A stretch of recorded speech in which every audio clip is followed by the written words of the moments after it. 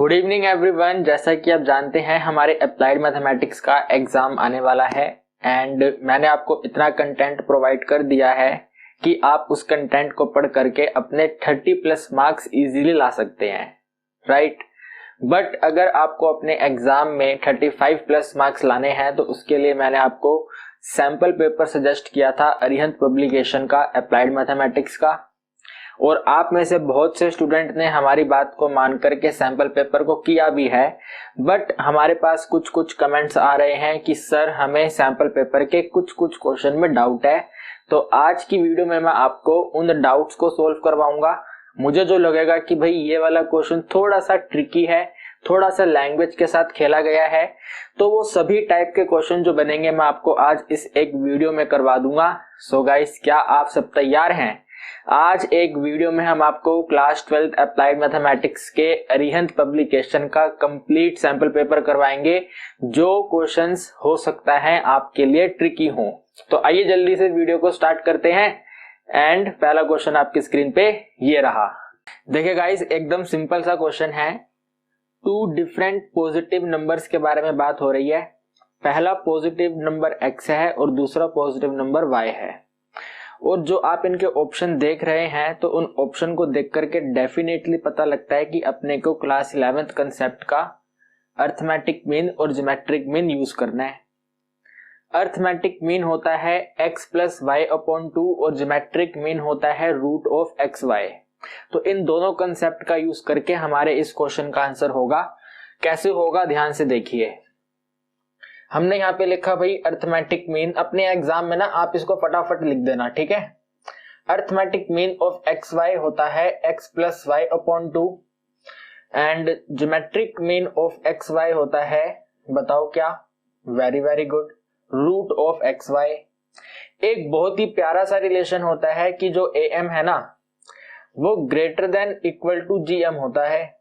तो am का value है x plus y divided by 2 greater than equal to same, और यहाँ पे gm आ गया, मतलब gm का वैल्यू लिख देंगे रूट ऑफ एक्स वाई। ठीक है भाई, ये वाला जो 2 डिनोमिनेटर में है यहाँ जाके मल्टीप्लाई होगा तो आंसर बनेगा x plus y greater than equal to 2 root x y. अब आप जल्दी से चेक कर लो ये वाला ऑप्शन आपको कहाँ पे दिया हुआ है। अगर हम एकदम बढ़िया तरीके से देखें तो ऑप्शन नंबर ए दिया हुआ है, तो ऑप्शन नंबर ए हमारे इस क्वेश्चन का आंसर आ गया। Very very easy question. Guys, जो सेकंड क्वेश्चन आप देख रहे हैं ये हमारा मैट्रिसेस और डिटर्मिनेंट के क्रैमर रूल के ऊपर बेस है। तो क्वेश्चन में सिंपल लिखा है कि आपने क्रैमर रूल का यूज करके 3 इक्वेशन को सोल्व करना चाहा, और उन 3 इक्वेशन को सोल्व करते हुए जो पहला डिटर्मिनेंट है, कोफिशिएंट मैट्रिक्स का जो डिटर्मिनेंट है जिसको डेल्टा लिखते हैं, इसका वैल्यू 0 आ गया। अगर डेल्टा का वैल्यू 0 आ गया गाइस, तो इसके आगे ना 2 कंडीशन होती हैं। उन्हीं 2 कंडीशन में से एक कंडीशन का ये वाला क्वेश्चन है। मैं आपको दोनों कंडीशन बता देता हूं, हो सकता है आपके एग्जाम में दूसरी कंडीशन का क्वेश्चन आ जाए। तो कंडीशन ये होती है, इसके बाद जो आप फाइंड करते हैं क्रैमर रूल में डेल्टा x, डेल्टा y और डेल्टा z, ठीक है, ये तीनों फाइंड करते हैं ना आप। जब x, y और z का वैल्यू फाइंड करते हैं तो इन्हीं के ऊपर कंडीशन होती है, ठीक है। कंडीशन ये कहती है कि अगर इन तीनों में से कोई भी वन, एनी वन, ठीक है, एनी वन, इनमें से कोई भी एनी वन और एनी वन से ज्यादा, यानी कि 1 या 2 या तीनों, एनी वन और मोर, ठीक है। ध्यान से सुनिएगा कंडीशन क्या कहती है। नॉन जीरो हैं। नॉन जीरो का मतलब कुछ ना कुछ वैल्यू रखते हैं, आइदर 1 2 3 4 -1 -2 1/2 1/4, कोई भी रियल नंबर है लेकिन जीरो नहीं है। कोई 1, कोई 2 या तीनों के तीनों, ठीक है। तीनों के ऊपर इसी तरह से सिचुएशन अप्लाई होगी। तो इन दैट केस आपका जो आंसर होगा, you will write no solution, ठीक है जी। सिस्टम ऑफ इक्वेशन का आंसर कैसा होगा? नो सॉल्यूशन होगा, ठीक है जी। तो ये वाला क्वेश्चन आपका इसी कंडीशन का है। उसमें लिखा हुआ है ना कि delta x, delta y, delta z at least 1, at least 1 का मतलब आइदर 1 1 1 और दीज 2 और all are 3 are non zero, ठीक है। तो वही मैंने यहाँ पे लिख दिया, इनमें से एनी 1 और मोर अगर नॉन जीरो है तो उनका आंसर होगा नो सॉल्यूशन। एक केस होता है जिसमें इन तीनों का ही आंसर 0 होता है। कैसा आंसर होता है भाई? 0 होता है। ठीक है, 0 होता है। तो अगर delta x, delta y, delta z तीनों ही 0 हैं तो आपका आंसर होता है इनफाइनाइट मैनी सॉल्यूशन। ये आपके क्रैमर रूल की कंडीशंस हैं। इन कंडीशंस को आप अपनी कॉपी में बेहतर तरीके से नोट कर लेंगे। आपके सैंपल पेपर में ये वाला क्वेश्चन जो है नो सॉल्यूशन का था, ये वाला था। हो सकता है आपके एग्जाम में इनफाइनाइट सॉल्यूशन का आ जाए। तो सिंपल सी प्रॉपर्टी है, फटाफट से कॉपी करेंगे। अभी फिलहाल के लिए हमारे क्वेश्चन का आंसर है no solution. Guys third question देखिए, जब आप इस क्वेश्चन को रीड करेंगे तो ये वाला क्वेश्चन आपको महसूस होगा कि सर सिंपल परसेंटेज का क्वेश्चन है। टोटल 1,20,000 वोट्स डले हैं और उनमें से 70% चांस है जीतने के। तो 70% मल्टीप्लाई बाय 1,20,000 करेंगे तो हमारा आंसर सिंपल आ जाएगा 84,000। और 84,000 आप देख भी पा रहे हैं, हमें ऑप्शन नंबर बी दिया हुआ है, तो वो हमारे इस क्वेश्चन का आंसर है। एग्जाम में तो आपको इस तरीके से करना है कि भाई ऑप्शन नंबर बी 84,000 हमारा आंसर आ गया। इस क्वेश्चन को परसेंटेज का क्वेश्चन है ज्यूम करके। बट जो बच्चे इसको एकदम ही बेसिक लेवल से करना चाहते हैं तो सबसे पहले तो आप इसमें देखिए लास्ट में लिखा हुआ है how many vote did she expect. Expect का मतलब है ये आपसे मीन वैल्यू कैलकुलेट करवाना चाह रहा है, और मीन वैल्यू कैलकुलेट करवाने के लिए आपके पास रैंडम वेरिएबल और उसकी कोरोस्पोंडिंग प्रोबेबिलिटी का होना जरूरी है। तो सबसे पहले अपन यहाँ पे रैंडम वेरिएबल लिखेंगे। रैंडम वेरिएबल इसका क्या हो सकता है भाई? आइदर 0 होगा और 1 होगा। Sir what is the meaning of 0 and 1? देखो 0 का मतलब होगा जो भी कैंडिडेट खड़ा हुआ है शी विल लूज, फीमेल है ना ये, हाँ, how many vote she expect है ना, तो फीमेल है। ठीक है, तो 0 का मतलब है शी विल लूज, ठीक है, हार जाएगी। और 1 का मतलब है विल विन, जीत जाएगी। भाई अगर एक कैंडिडेट खड़ा है इलेक्शन में तो आइदर तो जीतेगा और हारेगा। नॉर्मल क्वेश्चन में हमको यही एज्यूम करना है। ठीक है, ड्रॉ वाली गेम अपने को नहीं पढ़नी है कि सर ड्रॉ हो जाएगा, ऐसा नहीं। तो हम यहाँ पे लिखेंगे भाई स्मॉल एक्स की वैल्यू है 0 और 1। 1 का मतलब है विन और 0 का मतलब है लूज। इनकी कोरोस्पोंडिंग प्रोबेबिलिटी, जीतने की प्रोबेबिलिटी 70% है और हारने की प्रोबेबिलिटी 30% हो जाएगी। भाई टोटल प्रोबेबिलिटी 100% होती है, जीतना 70% है तो हारना 30% हो जाएगा। नाउ ये 70% अच्छा नहीं लग रहा है, 70% को ऐसे लिखो 0.7 और इस 30% को आप ऐसे लिख दो यहाँ पे 0.3। एक्सपेक्टेड वैल्यू इनका मल्टीप्लीकेशन होगा तो यहाँ पे 0 हो जाएगा और यहाँ पे 0.7 हो जाएगा। 0.7 और 0 इन दोनों का टोटल करेंगे तो 0.7 हमारा आंसर आ गया है कि भाई इतना एक्सपेक्ट कर सकती है ये कैंडिडेट जीतना। अब कितने नंबर ऑफ वोट पुल किए गए? तो क्वेश्चन कहता है कि 1,20,000 वोट्स पुल किए गए। तो 1,20,000 को मल्टीप्लाई कर दिए 0.7 से, आपका आंसर आ जाएगा 84,000। कितना सिंपल है। ठीक है जी, तो ऑप्शन नंबर बी हमारे क्वेश्चन का आंसर है। और इसको एग्जाम में आप परसेंटेज के क्वेश्चन ही एज्यूम करके करेंगे फटाफट स्पीड से।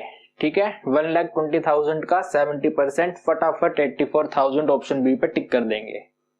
गाइस फोर्थ क्वेश्चन हमारा बाइनोमियल डिस्ट्रीब्यूशन का क्वेश्चन है और सीधी सीधी साफ साफ स्टेटमेंट लिखी गई है कि आपने 6 सैंपल का टेस्टिंग करा है। अगर आपने 6 सैंपल का टेस्टिंग करा है तो सिंपल बात है n की वैल्यू 6 है। यहां तक किसी को कोई डाउट नहीं होना चाहिए। हमने 6 सैंपल का टेस्टिंग करा है तो n का वैल्यू 6 है। आगे स्टेटमेंट में दिया हुआ है कि पास्ट एक्सपीरियंस ये आपको बताता है कि किसी भी एक पिक्चर ट्यूब का डिफेक्टिव होना चांस है 0.05, यानी कि डिफेक्टिव, मैं यहाँ पे क्रॉस कर रहा हूं। ठीक है, क्रॉस का मतलब डिफेक्टिव है। डिफेक्टिव का प्रोबेबिलिटी दिया हुआ है 0.05 और यहाँ पे मैं राइट कर रहा हूं। राइट का मतलब है डिफेक्टिव नहीं है, एकदम सही पिक्चर ट्यूब है। तो अगर डिफेक्टिव की प्रोबेबिलिटी 0.05 है तो डेफिनेटली यहाँ पर प्रोबेबिलिटी 0.95 हो जाएगी। टोटल 1 में से माइनस करके हमने फाइंड किया। आगे आपको बताना है probability at least 1 defective picture tube की। गाइज आप लोगों ने प्रोबेबिलिटी चैप्टर को अपने रिस्पेक्टिव टीचर से अच्छे से सीखा होगा, तो आपके टीचर ने आपको बताया होगा कि जब आप एटलीस्ट 1 का प्रोबेबिलिटी फाइंड करते हैं तो आंसर होता है 1 माइनस में प्रोबेबिलिटी ऑफ नन। ठीक है ना, 1 माइनस में प्रोबेबिलिटी ऑफ नन। और इस वाले क्वेश्चन में जो प्रोबेबिलिटी ऑफ नन बनेगा वो बनेगा फेलियर। ठीक है, क्या बनेगा? फेलियर। और इसका आंसर होता है फेलियर की पावर n। इस वाले क्वेश्चन के अकॉर्डिंग जो फेलियर है वो क्या है? देखो क्वेश्चन के अंदर डेटा आपको दिया हुआ था पिक्चर ट्यूब का, पिक्चर ट्यूब के डिफेक्टिव होने का। तो ये जो 0.05 है ये एक सक्सेस का प्रोबेबिलिटी है। ठीक है, पूरा का पूरा क्वेश्चन का डेटा डिफेक्टिव के ऊपर बात कर रहा था, तो जो सक्सेस है वो डिफेक्टिव है। तो हमने जो यहाँ पे राइट वाला निकाला हुआ है ये क्या रहेगा? फेलियर रहेगा। ठीक है ना, क्या रहेगा? फेलियर रहेगा।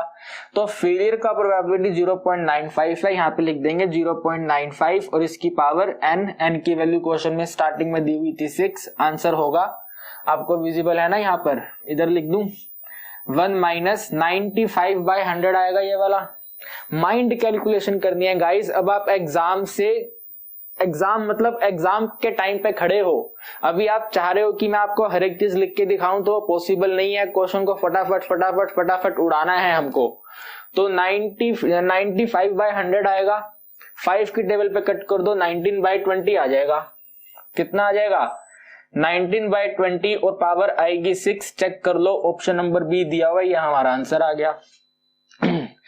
डेफिनेटली आप में से कुछ स्टूडेंट कहेंगे कि सर ये आपने क्या कर दिया, 1 माइनस नन, ये वो लटरम पटरम। तो भाई ये सब चीजें पहले आपने सीखी हैं। I am here to discuss the approach to solve the question.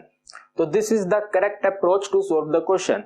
Correct answer is option number B, 1 minus 19/20 की पावर 6।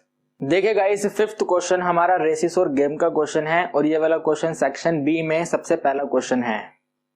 दिया हुआ है 2 एथलीट हैं विजय और सोमल, दोनों के दोनों 100 मीटर की रेस को 12 सेकेंड और 16 सेकेंड में कंप्लीट करते हैं। पहले इतनी ही स्टेटमेंट का मीनिंग अंडरस्टैंड कर लेते हैं, फिर उसको हम आगे रीड कर लेंगे क्या है। देखो भाई, ये एक रेस ट्रैक है, इसका लेंथ आपको दिया हुआ है 100 मीटर। एक है विजय, V फॉर विजय और S फॉर सोमल। विजय ने यहां से दौड़ना स्टार्ट करा और यहां से यहां तक रेस को फिनिश कर लिया है, टोटल मिलाकर के 12 सेकंड में। ठीक है भाई, कितने सेकंड में? 12 सेकंड में। जो सोमल हैं उन्होंने ये वाले रेस को टोटल 16 सेकंड में कंप्लीट करा। तो गाइस इसका मतलब तो ये है हमारे सोमल भैया रेस को हार चुके हैं। हमारे सोमल भैया रेस को हार चुके हैं। तो आप इन दोनों टाइम को माइनस करके पता लगाओ कितने टाइम इंटरवल से हारे हैं।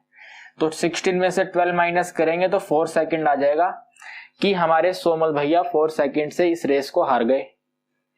अगर सोमल भैया 4 सेकंड से रेस को हार गए और आपको क्वेश्चन कहता है कि सोमल ने 100 मीटर का रेस पूरे 16 सेकंड में ट्रेवल किया है, तो आपको बताना है कि सोमल ने 4 सेकंड में कितना ट्रेवल किया होगा। अरे गाइस 4 सेकंड से हारा है ना, तो वही तो डिस्टेंस फाइंड करना है आपको। देखो 16 सेकंड का डिस्टेंस है 100 मीटर और 4 सेकंड का अपने को इवेल्युएट करना है रेशो कंसेप्ट। मैंने जब आपको रेसिस एंड गेम करवाया था तब भी बोला था ratio concept is the best concept. आज भी कहता हूं ratio concept is the best concept. अगर आपने रेसिस और गेम का वीडियो नहीं देखा हुआ है और आपके बेसिक कंसेप्ट क्लियर नहीं है तो आप जाकर के देख सकते हैं। अभी फिलहाल के लिए हम इसको रेशो कंसेप्ट के अकॉर्डिंग फटाफट सॉल्व कर देंगे। 100 मीटर का जो रेस था वो ट्रैवल किया गया है 16 सेकंड में। हम चाहते हैं 4 सेकंड का डिस्टेंस कितना है, मान लेते हैं कि भैया x मीटर है। 4 सेकंड से 16 सेकंड कट जाएंगे 4 पे, 4 से 100 मीटर कट जाएंगे 25 मीटर आ जाएगा। क्रॉस मल्टीप्लाई कर देंगे 25 आंसर आ जाएगा। 25 बोले तो ऑप्शन नंबर सी हमारा आंसर है। Very very very easy question. Guys 6 question हमारा पार्टनरशिप का क्वेश्चन है और इस क्वेश्चन को करने के लिए हमें पार्टनरशिप के कंसेप्ट नहीं आते ना, तब भी इस क्वेश्चन को सोल्व कर लेंगे बाय ऑप्शन मेथड। तो हम यहाँ पे पहले ऑप्शन नोट कर लेते हैं, क्वेश्चन को रीड बाद में करेंगे। ठीक है, ऑप्शन नंबर ए का आंसर दिया हुआ है 1:2:3। ऑप्शन नंबर बी में बोला गया है आंसर होना चाहिए 3:2:1। ऑप्शन नंबर सी में आंसर दिया गया है 3:1:1, यही है ना भाई। ऑप्शन नंबर डी में रेशो दिया हुआ है 2:1:1। देखो भाई हमारा आंसर इन चार में से ही कोई एक ऑप्शन है। तो क्वेश्चन कहता है ए बी सी पार्टनरशिप में एंटर करते हैं और बी जो है वो टोटल कैपिटल का 1/3 कंट्रीब्यूट करता है। बी का जो शेयर है वो टोटल कैपिटल का 1/3 है। तो पहले आप एक काम करिए, यहाँ पे इन सभी का टोटल करिए। इन सभी का जो भी टोटल होगा वो आपके फर्म का कैपिटल होगा। 1 2 3 को टोटल करेंगे 6 हो जाएगा। 3 2 1 को टोटल करेंगे 6 हो जाएगा। 3 1 1 को प्लस करेंगे 5 हो जाएगा। 2 1 1 को प्लस करेंगे तो 4 हो जाएगा। इसमें से देखो जरा किस वाले ऑप्शन के अंदर बी का कंट्रीब्यूशन 1/3 है। ये मैं नहीं कह रहा, क्वेश्चन कह रहा है बी का कंट्रीब्यूशन 1/3 है। तो यहाँ पे बी का कंट्रीब्यूशन 2 है, यहाँ पे बी का कंट्रीब्यूशन 2 है, यहाँ पे बी का कंट्रीब्यूशन 1 है, यहाँ पे बी का कंट्रीब्यूशन 1 है। तो यहाँ पे तो इसका कंट्रीब्यूशन 1/4 आएगा, यहाँ पे 1/5 आएगा, यहाँ पे 2/6 आएगा और यहाँ पे 2/6 आएगा। ये क्या है? बी कंट्रीब्यूशन है। ठीक है, दिस इज बी कंट्रीब्यूशन। तो जरा चेक करो जो क्वेश्चन में लिखा था बी का कंट्रीब्यूशन 1/3 है वो किस ऑप्शन में है।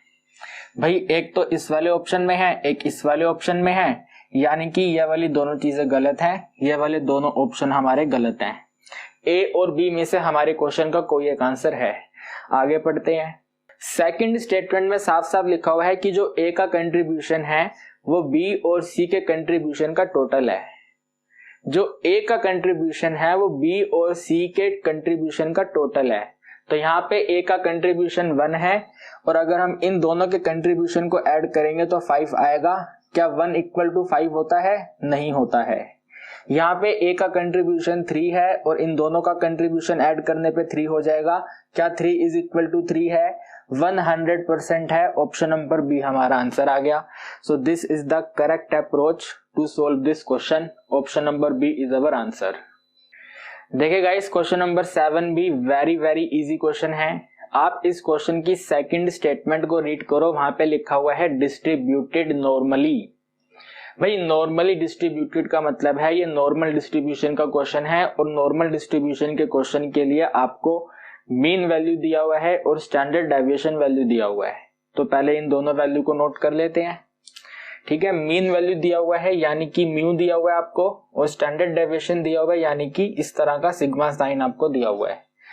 तो मीन वैल्यू है अपने पास 432 और स्टैंडर्ड डेविएशन है 86। तो इधर लिख देंगे 432 और इधर लिख देंगे 86। ठीक है, ये आपको दोनों वैल्यू क्यों दी गई हैं? सो डैट आप इसके अंदर Z स्कोर का वैल्यू फाइंड कर सको। तो क्वेश्चन के लास्ट में लिखा हुआ है प्रोबेबिलिटी आपको बतानी है कि एक पर्टिकुलर डे पर डिमांड जो है वो 518 बल्ब से एक्सीड हो जाए। 518 बल्ब से एक्सीड हो जाए यानी कि you need to find probability capital X greater than 518। समझ पा रहे हो ना? एक्सीड हो जाए यानी कि X का वैल्यू 518 से ग्रेटर हो जाए। ठीक है, तो इसका वैल्यू अपने को फाइंड करना है और सबसे पहले हम यहाँ पे अपने कैपिटल X को Z स्कोर में कन्वर्ट करेंगे। तो यहाँ पे लिखेंगे Z स्कोर का फॉर्मूला होता है कैपिटल X माइनस में मीन अपॉन में स्टैंडर्ड डेविएशन, यानी कि Z = कैपिटल X की वैल्यू है 518 माइनस करेंगे मीन वैल्यू 432 और डिवाइड कर देंगे 86। ठीक है, वेरी सिंपल है। Z का वैल्यू बन जाएगा 86 अपॉन में 86 यानी कि Z का वैल्यू है 1। देखो चेक करो, यहां तक कहीं कोई डाउट है आपको? Very good. Z का वैल्यू कितना आ गया? 1 आ गया, यानी कि ये बन जाएगा प्रोबेबिलिटी Z ग्रेटर देन 1। ठीक है, प्रोबेबिलिटी Z ग्रेटर देन 1। अब आपको यहाँ पे 1 का आंसर नहीं दिया हुआ, देखो चेक कर लो, पूरे क्वेश्चन को रीड कर लो, आपको कहीं पे भी वैल्यू नहीं दे रखा कि Z = इस 1 पे आंसर क्या रहेगा। तो अब आप क्या करेंगे भाई? Z स्कोर टेबल का यूज करेंगे। Z स्कोर टेबल मैंने आपको डिस्क्रिप्शन में दिया हुआ है, वहां से डाउनलोड कर लो और उस टेबल को प्रिंट आउट कर लो। ठीक है, और अपने एग्जाम में लेके जाना। हो सकता है कि सीबीएसई आपको एग्जाम में प्रोवाइड ना करवा पाए, और अगर प्रोवाइड करवा भी दे तो एक टाइम पर कितने नंबर ऑफ स्टूडेंट उस टेबल का यूज करेंगे। तो आप अपनी टेबल लेके जाना, डिस्क्रिप्शन में दी हुई है, ई टेबल और जेड टेबल दोनों, उसको डाउनलोड कर लो, प्रिंट करवा लो। अभी आप इस क्वेश्चन को अंडरस्टैंड कर लो। यहाँ पे आपके z का वैल्यू 0 होता है और यहाँ पे आपके z का वैल्यू 1 है। ठीक है, ये 1 हमने यहाँ पे फाइंड करा है। z का वैल्यू ग्रेटर देन 1 है। ग्रेटर देन 1 का मतलब आपको ये वाला आंसर डिटरमाइन करना है। ठीक है, आपको ये वाला पूरा कंप्लीट आंसर डिटरमाइन करना है। तो इस पूरे कंप्लीट आंसर के लिए क्या करेंगे, इस नेगेटिव इन्फिनिटी से लेकर के इन्फिनिटी तक का प्रोबेबिलिटी 1 होता है, तो टोटल 1 में से माइनस कर देंगे ये वाला लेस देन प्रोबेबिलिटी। ठीक है ना, टोटल 1 में से माइनस कर देंगे लेस देन 1 प्रोबेबिलिटी, तो टोटल 1 में से माइनस कर देंगे probability z less than 1। Now what is the meaning of z less than 1। जब आप अपने टेबल को देखेंगे ध्यान से, z स्कोर टेबल को, तो उसमें आपको यहाँ पे चेक करना है कॉलम नंबर 1 पे 1.0 का आंसर कितना है। ठीक है, कॉलम नंबर 1 पे 1.0 का आंसर यहाँ पे 0.00 लिखा होगा, तो यहाँ पे जो भी आंसर होगा उस टेबल के अंदर वही आपका आंसर हो जाएगा। अभी मेरे पास टेबल है नहीं, और मैं क्योंकि व्हाइट बोर्ड पे पढ़ा रहा हूँ तो मैं आपको आंसर बता नहीं पाऊंगा, बट ये मैं आपके लिए होमवर्क छोड़ता हूँ कि आप इस टेबल को डाउनलोड करो, 1.0 का 0 चेक करो, ये जो भी यहाँ पे आंसर आएगा उस वाले आंसर को 1 में से माइनस कर लेना। ठीक है, यहाँ पे जो भी आंसर आएगा 1 में से माइनस कर लेना, और माइनस करने के बाद जो आंसर आएगा वो आपका फाइनल आंसर होगा। सर आप क्यों नहीं करवा रहे? डियर, मैंने बोला तो मैं आपको इस व्हाइट बोर्ड के ऊपर टेबल शो नहीं कर पाऊंगा, तो मैंने टेबल आपको डिस्क्रिप्शन में दिया हुआ है, वहां से डाउनलोड कर लो और चेक कर लो आपका आंसर क्या आ रहा है। ठीक है, and one more thing guys, आपको टेबल को प्रिंट आउट तो करना ही है, और साथ में नॉर्मल डिस्ट्रीब्यूशन के ईच एंड एवरी क्वेश्चन की प्रैक्टिस करनी है। नॉर्मल डिस्ट्रीब्यूशन प्रोबेबिलिटी चैप्टर का very very very important topic है, तो इसको अच्छे से करना है। इसी चैप्टर से क्वेश्चन आपको अपने एग्जाम में देखने को 100% मिलेंगे, 100% मिलेंगे। ठीक है, तो अच्छे से प्रैक्टिस करना, और अभी फिलहाल आप इस क्वेश्चन को नोट कर लो। गाइस क्वेश्चन नंबर 8 भी, जैसा कि मैंने आपको पहले ही बताया है कि normal distribution is very very very important topic, तो ये क्वेश्चन भी आपका नॉर्मल डिस्ट्रीब्यूशन का ही है। आप इसकी फर्स्ट स्टेटमेंट को रीड कर लो, आपको पता चल जाएगा कि यस इसके अंदर डिस्ट्रीब्यूशन दिया हुआ है, मीन भी दिया हुआ है और स्टैंडर्ड डेविएशन भी दिया हुआ है। तो हम यहाँ पे सीधा मीन नोट करेंगे, यानी कि म्यू का वैल्यू और स्टैंडर्ड डेविएशन सिग्मा का वैल्यू। देखो क्वेश्चन के अंदर पूरा का पूरा डेटा जो है वो लैक्स में दिया गया है, तो मीन को हम सिंपल लिखेंगे 36 और एसडी को लिख देंगे 12। ठीक है, मीन का वैल्यू यहाँ पे लिख देंगे 36 और एसडी का वैल्यू लिख दिया हमने 12। क्वेश्चन कहता है प्रोबेबिलिटी बताइए कि हमने जिस लोन को सिलेक्ट किया है वो 54 लाख से स्मॉलर है। 54 लाख से स्मॉलर है, यानी कि आपको बताना है probability capital x smaller than 54। ठीक है, पूरा डेटा लाख में है तो मैंने यहाँ पे 54 लिख दिया। अब आप पहले इस वाले कैपिटल एक्स को जेड स्कोर में कन्वर्ट करो, तो capital Z is equal to capital X minus में mean divided by standard deviation, यानी कि 54 में माइनस कर देंगे 36 और डिवाइड कर देंगे 12 से। न्यूमरेटर को माइनस करने पे वैल्यू बन जाएगी 18 एंड इसको डिवाइड कर देंगे सिंपल 12 से। 18/12 को 6 के टेबल पे डिवाइड करके लिखेंगे 3/2 और 3/2 के आंसर को लिख देंगे 1.5। ठीक है जी, एकदम very very very simple calculation है। 1.5 आ गया है जेड स्कोर, तो यहाँ पे लिख दोगे भाई जेड जो है, ये क्या लिख रहा हूं मैं यहाँ पे, एक्स नहीं आएगा जेड आएगा ना, सो जेड इज लेस देन कितना 1.5। ठीक है, Z is less than 1.5। Z score का टेबल बनाते हैं, मतलब टेबल तो आप अपने आप चेक करना, मैं आपको डायग्राम में बता देता हूं। ये है हमारा normal distribution curve. Normal distribution curve के ऊपर z का वैल्यू 0 और z से आगे ये वाला वैल्यू 1.5। ठीक है, 1.5 से स्मॉलर का मतलब है आपको ये वाला आंसर बताना है, और जो मैंने आपको z स्कोर टेबल प्रोवाइड किया है वो आपको लेस देन प्रोबेबिलिटी ही डिटरमाइन करके देता है। इंटरसेक्शन आप यहाँ पे चेक करोगे तो 0 के बाद में आपके पास टोटल 4 नंबर ऑफ डिजिट होगी, तो मैं यहाँ पे मान लेता हूं कि आपका आंसर आएगा 0.ABCD। ठीक है, आप अपने ऑप्शन को देख सकते हैं, सभी के सभी ऑप्शन परसेंटेज में कन्वर्ट हो रखे हैं, तो इनको मल्टीप्लाई कर देंगे 100 से, सो दैट हमारा आंसर आ जाएगा AB.CD%। ठीक है, AB.CD%। तो अब आप मुझे आराम से टेबल देख करके कमेंट सेक्शन में बताओ कि ये AB.CD% ऑप्शन नंबर ए है, ऑप्शन नंबर बी है, ऑप्शन नंबर सी है और ऑप्शन नंबर डी है। ये आपका काम है, मैंने आपको डायग्राम में एक्सप्लेन कर दिया, क्वेश्चन एक्सप्लेन कर दिया, जेड स्कोर टेबल दे दिया। अब टेबल तो आप चेक कर सकते हो, तो जल्दी से टेबल चेक करो और बता दो क्या आंसर है ये वाला। देखिए जी, क्वेश्चन नंबर 9 जो है वो एलिगेशन और मिक्सचर का क्वेश्चन है एंड सेक्शन सी का पहला क्वेश्चन है। तो कहते हैं एक रिटेलर ने टोटल 250 केजी राइस परचेज किया है और उस 250 केजी में से थोड़ा सा जो पार्ट है वो 10% के प्रॉफिट पे सेल किया गया और रिमेनिंग 5% के लॉस पे सेल किया गया। 10% के प्रॉफिट पे एंड 5% के लॉस पे। तो यहाँ पे आप लिखेंगे फर्स्ट टाइप और यहाँ पे आप लिख देंगे सेकंड टाइप। फर्स्ट टाइप के सेकंड टाइप के ऊपर सर्कल कर देते हैं ताकि पता चल जाएगा कि ये लॉस है।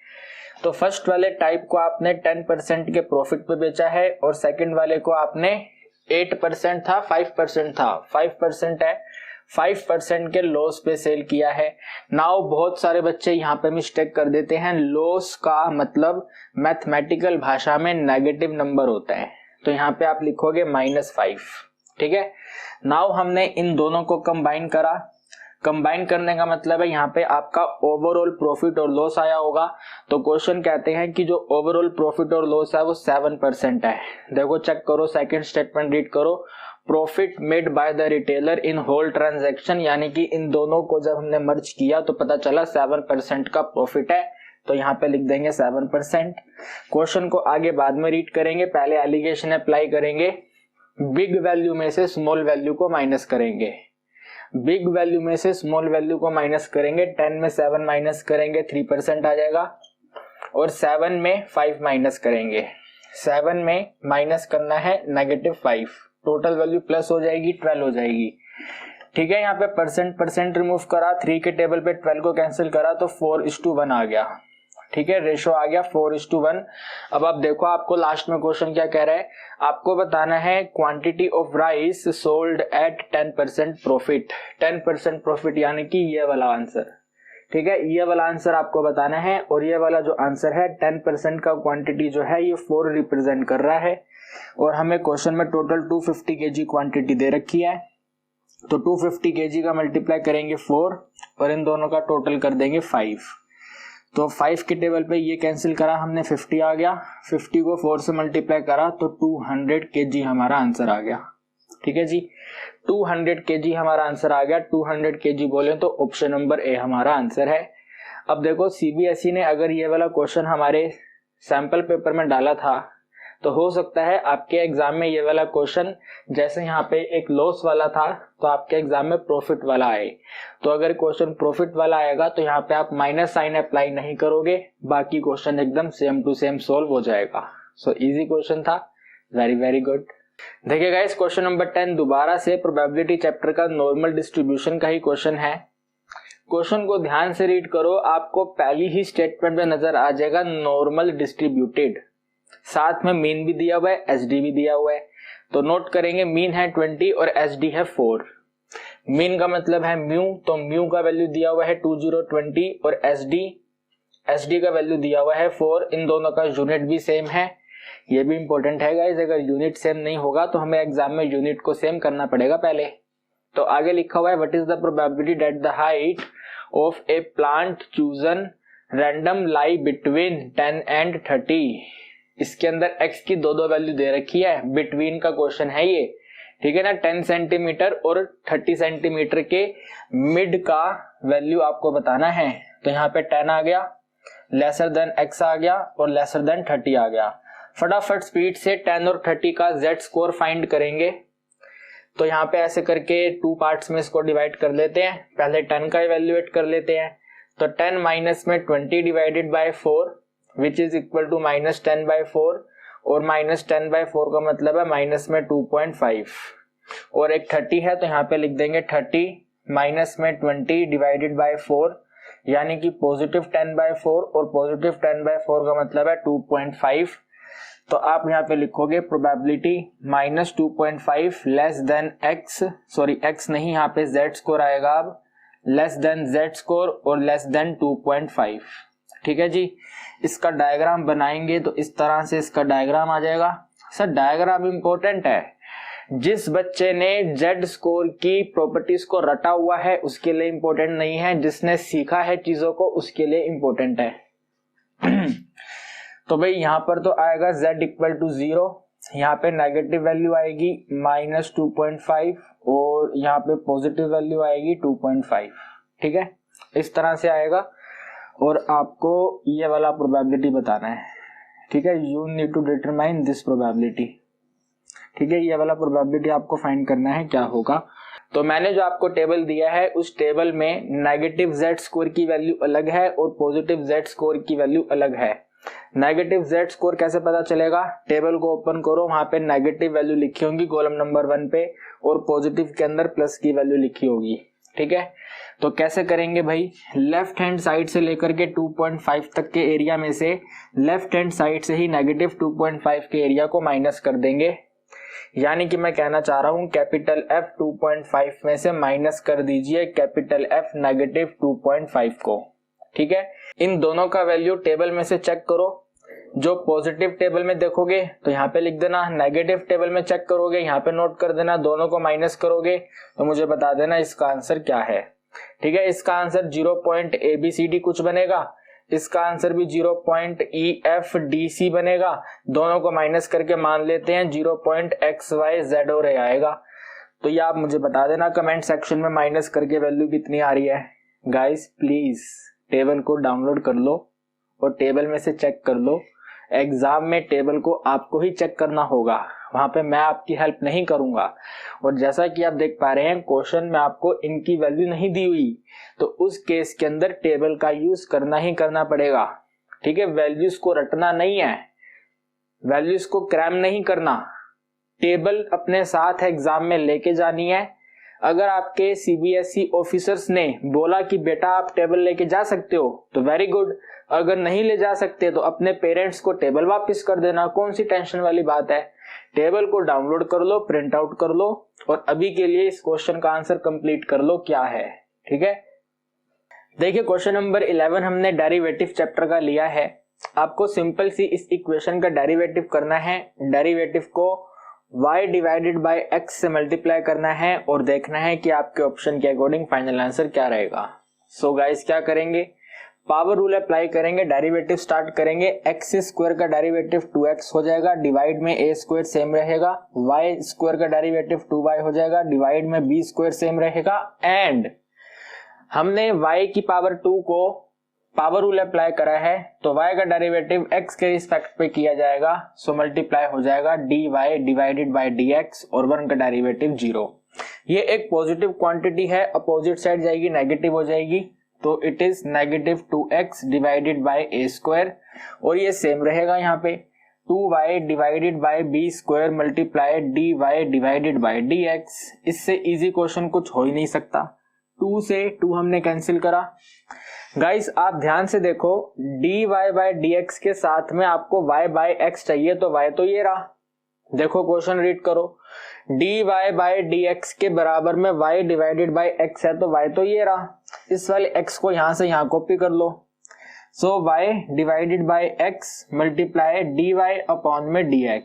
दिस इज इक्वल टू, आपको यहां तक विजिबल तो है ना, लेट मी चेक, क्योंकि हमारी स्क्रीन यहां पर है। यस आपको विजिबल है। देखो भाई ये तो बन जाएगा -1 डिवाइडेड बाय a स्क्वायर। रही बात इस b स्क्वायर की, ये डिनोमिनेटर में है, अपोजिट साइड जाके न्यूमरेटर में आएगा, तो 1 को ही बना देते हैं यहाँ पे b स्क्वायर, तो ये आपका आंसर आ गया -b square divided by a square. Option number B हमारा आंसर है। देखिए guys question number 12, very very very simple question. Lambda का वैल्यू दिया हुआ है, देखते ही पता चल रहा है पॉइजन डिस्ट्रीब्यूशन का क्वेश्चन है, तो आपको बताना है प्रोबेबिलिटी एट 5 क्या रहेगा। इससे इजी क्वेश्चन कुछ नहीं हो सकता। यहाँ पे लिखेंगे भाई हमारे जो r का वैल्यू है, क्वेश्चन की डिमांड है 5 रहेगी। लैम्डा यानी कि मीन का जो वैल्यू है 1 रहेगा। प्रोबेबिलिटी का फॉर्मूला लिखेंगे P R is equal to e की power minus lambda multiply lambda की power R divided by factorial R. E की पावर माइनस लैम्डा बोले तो ई की पावर माइनस 1 मल्टीप्लाई 1 की power 5 divided by factorial of 5। ई की पावर माइनस 1 के लिए भाई अपने को टेबल चाहिए, 5 फैक्टोरियल अपन सोल्व करके लिख सकते हैं, इट इज 120।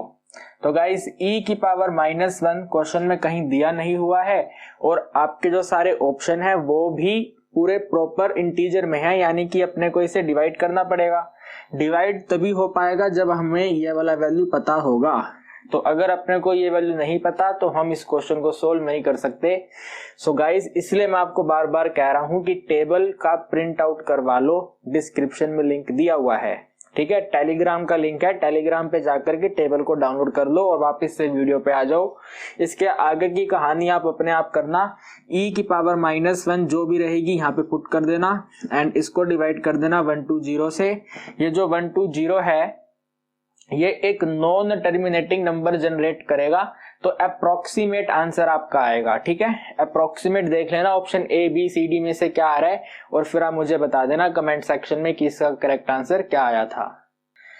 कुछ स्टूडेंट कह रहे हैं कि सर आप सारे क्वेश्चन हम ही सोल्व करने के लिए दे रहे हो। भाई देखो क्वेश्चन के अंदर जो डाउट था वो मैं आपका क्लियर कर रहा हूं। एग्जाम अल्टीमेटली आप लोगों को जाके लिखना है, एग्जाम में कैलकुलेशन भी आप लोगों को करनी है एंड ये सब चीजें हम पहले आपको सिखा चुके हैं। तो अभी आप थोड़ा सा हमारा सपोर्ट करिए और क्वेश्चंस को अपने आप सोल्व करिए। मैंने आपको क्या बोला अपने आप करने के लिए? टेबल में से वैल्यू कॉपी करनी है, यहाँ पे पुट करनी है, डिवाइड करना है, इतना सा काम बोला आपको। क्वेश्चन तो मैंने कर दिया पूरा, बस आपको वैल्यू पुट करना है और डिवाइड करना है। ये तो बच्चों वाला काम है, कैलकुलेशन वाला पार्ट मैंने आपको दिया। तो ज्यादा नाटक नहीं करने हैं, बहाने नहीं बनाने हैं, क्वेश्चन को सोल्व करना है। Guys this is our question number 13 and ये हमने इनपुट आउटपुट मॉडल का पिक करा है।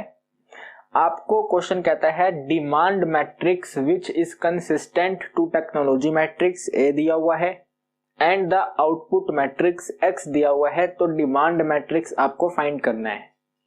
अभी तक आपने जितने भी इनपुट आउटपुट मॉडल के क्वेश्चन करे हैं उसके अंदर आपको आउटपुट मैट्रिक्स को डिटरमाइन करना होता था। इस वाले क्वेश्चन के अंदर आपको आउटपुट मैट्रिक्स दिया हुआ है, डिमांड मैट्रिक्स फाइंड करना है। तो आप मुझे एक बात बताओ, हम जब एक्स का वैल्यू फाइंड करते थे तो इसका फॉर्मूला लिखते थे I minus A inverse multiply by demand matrix D. तो अपने को अब ये डिमांड मैट्रिक्स फाइंड करना है और ये एक्स दिया हुआ है। तो आप इस इक्वेशन को यहाँ पे ऐसे लिख लो, demand matrix D is equal to I minus A, समझ पा रहे हो guys, I minus A multiply by X. ये वाला जो इनवर्स था यहां से उठ के यहाँ पे आ गया, तो आई माइनस ए के साथ में एक्स आ गया। ये आपको क्वेश्चन में दिया हुआ है और हमें यहाँ पे आई माइनस ए करना है। आप और मैं मिलके इस आई माइनस ए को थोड़ा फास्ट कैलकुलेट करते हैं। आई का वैल्यू होता है 1 0 0 1। 1 में से पहला एलिमेंट माइनस करना है, तो पहला एलिमेंट है 1/5। 1 में 1/5 माइनस करेंगे तो 4/5 होगा। भाई मानते हो या नहीं मानते? इतना तो माइनस करना आता है ना, मेंटली फटाफट एकदम कैलकुलेट कर पाए। 1 में 1/5 माइनस करेंगे तो 4/5 आएगा। तो यहाँ पे फर्स्ट एलिमेंट हमारे पास आ गया है 4/5, ठीक है। फिर सेकंड एलिमेंट 0 होता है, तो 0 में से a को माइनस करेंगे सेकंड एलिमेंट को। सेकंड एलिमेंट है 5/12, 0 में 5/12 माइनस करेंगे तो नेगेटिव वैल्यू बन जाएगी, so it is -5/12। Then third element भी i का 0 होता है और a का हमें 2/5 दिया हुआ है, यस और नो। तो 0 में 2/5 माइनस करेंगे तो ये भी -2/5 हो जाएगा। इसके बाद फाइनली 1 में से 1/2 माइनस करेंगे। 1 में 1/2 माइनस करेंगे तो सिंपल 1/2 ही रहेगा। इसके साथ में आउटपुट मैट्रिक्स x को नोट करेंगे which is 150 and 204। 150 and 204, just इसको मल्टीप्लाई करना है, हमारा आंसर हमारे सामने है। तो रो को कॉलम से मल्टीप्लाई करेंगे, 4/5 को 150 से मल्टीप्लाई करेंगे। इसको यहाँ पे नोट कर लेते हैं क्योंकि कैलकुलेशन एरर हो सकता है। तो 4/5 का मल्टीप्लाई करना है 150 में, फिर ये नेगेटिव साइन है। 5/12 का मल्टीप्लाई करना है 204 में। ये भी नेगेटिव साइन है, तो सेकंड कॉलम के अंदर -2/5 का मल्टीप्लाई करना है 150 में। फिर 1/2 पॉजिटिव साइन है, सो 1/2 का मल्टीप्लाई करना है 204 में। ठीक है, यहाँ पे डी को लिखने की नीड नहीं है, 2 ही एलिमेंट है, हमारा आंसर इजीली आ जाएगा। 5 के टेबल पे 150 को कैंसिल करेंगे 30 हो जाएगा, इनका वैल्यू बन गया 120। 12 के टेबल पे 204 को कैंसिल करेंगे तो 12 बन जा 12 और 12 7 जा 84। 17 को 5 से मल्टीप्लाई करेंगे तो कितना होगा, 16 5 जा 80 तो 85 होगा। 12 में से 85 को माइनस करेंगे तो यहाँ पे लिख देते हैं फर्स्ट एलिमेंट अपने पास आएगा 10 में 5 माइनस करे 5 और 11 में 8 माइनस करे 3, 35। चेक करो क्या किसी ऑप्शन में 35 दिया हुआ है? पहला एलिमेंट क्या अपने को 35 दिया हुआ है? देखो जरा चेक करो, ऑप्शन ए में दिया हुआ है। बट एक बात और ध्यान रखो, इसके अंदर एक ऑप्शन डी भी है, नन। अगर ऑप्शन नंबर डी नन नहीं होता तो डेफिनेटली हमारा आंसर ऑप्शन नंबर ए हो जाता। This is the approach, right, option method की अप्रोच। 35 है बट वहां पे नन ऑफ दिस है। अब हमें सेकंड एलिमेंट यहाँ पे वेरीफाई करना पड़ेगा। मे बी ऑप्शन नंबर ए में 42 दिया है तो यहाँ पे 42 ना आए। अगर यहाँ 42 नहीं आएगा तो ऑप्शन नंबर डी आंसर हो जाएगा, और अगर 42 आएगा तो 100% ऑप्शन नंबर ए हमारा आंसर होगा। सो गाइस, चीजों को सीखना भी है, तो इसको सोल्व करेंगे। 5 के टेबल पे 150 कैंसिल करा तो यहाँ पे 30, ये आ गया -60। 2 के टेबल पे कैंसिल करेंगे तो 102, ठीक है ना, कितना आ गया, +102। 2 में 0 माइनस करेंगे वैल्यू 0 रहेगा। 10 में 6 माइनस करेंगे 4 आ गया। 42 के अकॉर्डिंग ऑप्शन नंबर ए हमारा आंसर हो गया। तो गाइस डेफिनेटली 100% ऑप्शन नंबर ए हमारा आंसर आ गया। इससे इजी क्या हो सकता है? अरे शिट, आपको नीचे की कैलकुलेशन नजर नहीं आ रही क्या? ऐसे ही होता है गाइस, समस्या रहती ही है। रुको मैं कुछ करता हूं, आपको थोड़ी देर के लिए कैलकुलेशन दिखा देता हूं।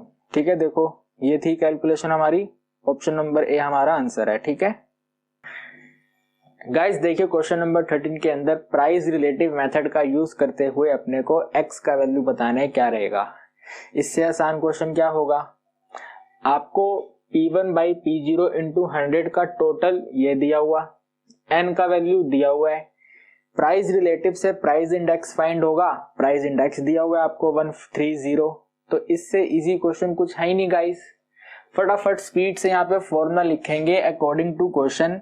हमें P01 प्राइस इंडेक्स दिया हुआ है 130। प्राइस रिलेटिव मेथड का फॉर्मूला अप्लाई करेंगे तो समेशन P1/P0, बोलो फॉर्मूला बोलो, summation P1/P0 × 100 divided by n is equal to 130। n का वैल्यू 4 है तो 4 इधर से इधर आके मल्टीप्लाई होगा। 13 को 4 से मल्टीप्लाई करेंगे तो 520 हो जाएगा, और यहाँ पे ये वाला वैल्यू नोट करेंगे। 450 में एडिंग है 5x, ये 450 यहाँ पे जाके माइनस होगा। सो गाइस, इससे आगे की कैलकुलेशन हम करेंगे मेंटली। जब ये वैल्यू यहाँ से यहाँ जाके माइनस होगी तो 100% 70 आएगा, यस और नो। 70 को 5 से डिवाइड करेंगे। सर क्यों डिवाइड करेंगे? क्योंकि ये मल्टीप्लाई है, अपोजिट साइड जाके डिवाइड होगा। तो 70 को 5 से डिवाइड करेंगे। माइंड में सोचो भाई, 14 5 या 70 होता है, तो 14 हमारा आंसर होगा option number B. Guys, question number 13 भी हमने प्रोबेबिलिटी चैप्टर से ही लिया है, और ये very very very easy question है। फर्स्ट स्टेटमेंट में लिखा हुआ है 30 बल्ब में से 6 बल्ब डिफेक्टिव है, तो हमने इसको इंटरप्रेट करा कि 24 एकदम सही बल्ब है।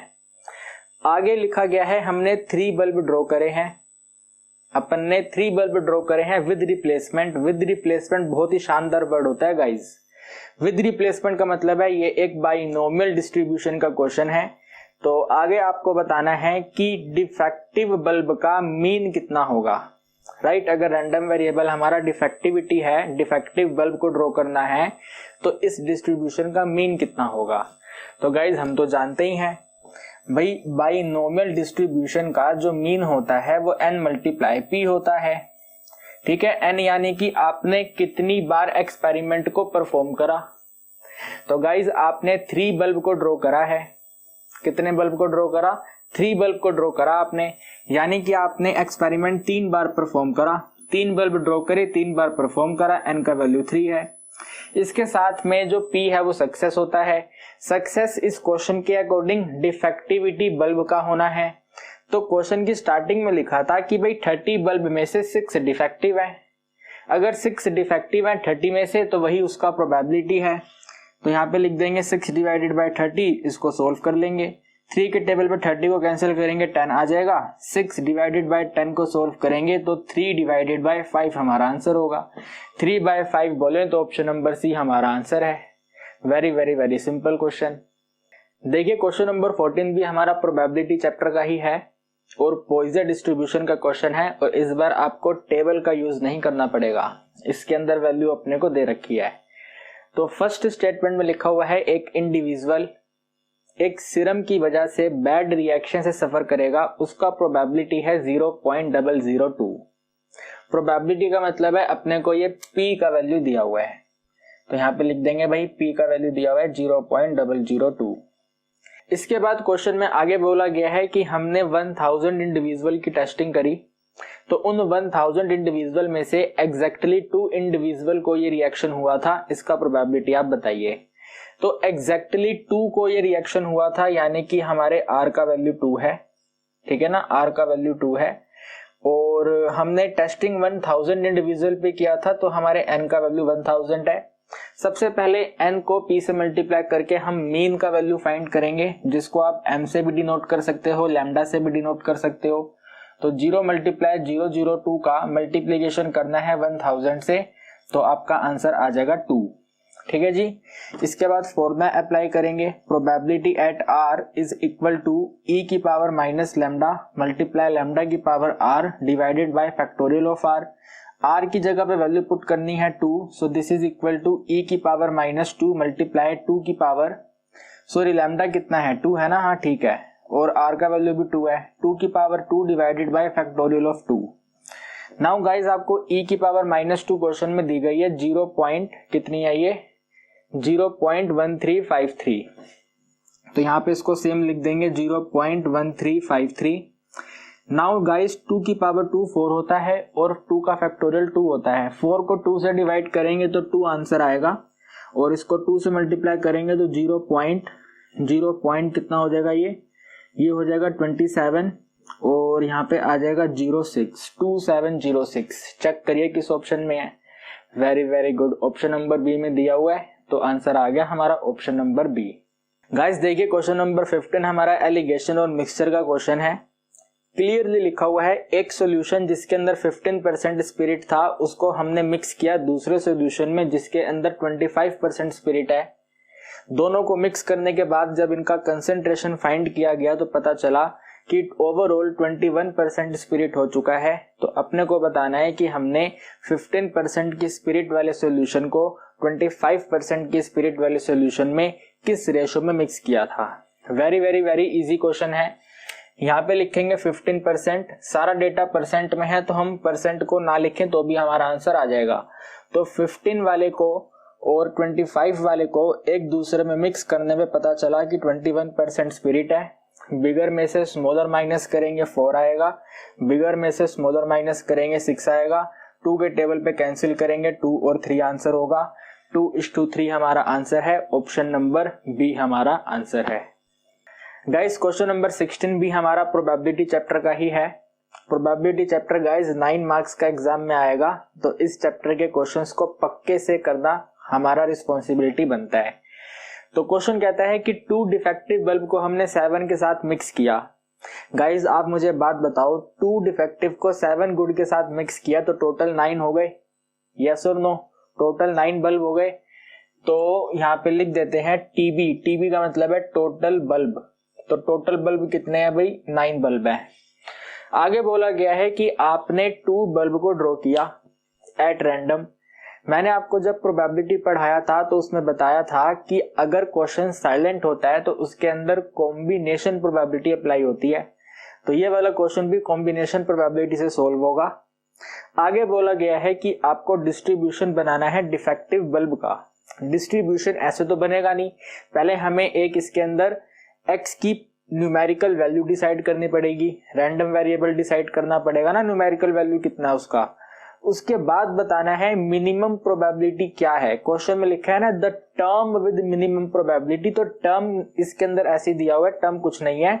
द मिनिमम प्रोबेबिलिटी इज, जो डिस्ट्रीब्यूशन हम बनाएंगे उस डिस्ट्रीब्यूशन में प्रोबेबिलिटी के जो भी आंसर आएंगे उनमें से सबसे छोटा आंसर क्या है वो आपको बताना है। तो आइए फटाफट से उड़ाते हैं इस क्वेश्चन को। देखिए जरा ध्यान से देखिए, 9 है ये, ठीक है।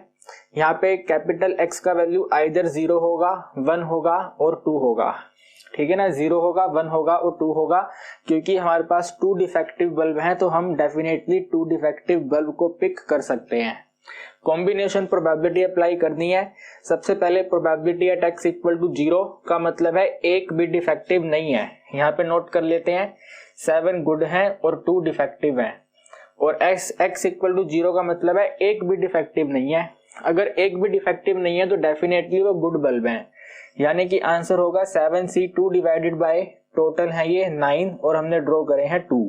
इसको बाद में सोल्व करेंगे गाइस, पहले प्रोबेबिलिटी यहाँ पे नोट कर लेते हैं, फिर कैलकुलेशन पार्ट बाद में कर लेंगे। इसके बाद है probability at x equal to 1। इसका मतलब है एक डिफेक्टिव है और एक गुड है। एक डिफेक्टिव है तो आप लिखेंगे 2C1, एक गुड है तो लिखेंगे 7C1, डिवाइड कर देंगे इसको 9C2 से। कैलकुलेशन हम बाद में करेंगे। इसके बाद है probability at x equal to 2। So यहाँ पे आएगा दोनों की दोनों डिफेक्टिव है यानी कि 2C2। 2C2 को डिवाइड कर देंगे हम यहाँ पे 9C2 से और चेक करेंगे आंसर इसका क्या है। गाइस 2C2 और 9C2 को आप लिख सकते हो 2 डिवाइडेड बाय 9 मल्टीप्लाई 1 अपॉन में 8, ठीक है ना। 2 बाय 9 मल्टीप्लाई 1 अपॉन में 8।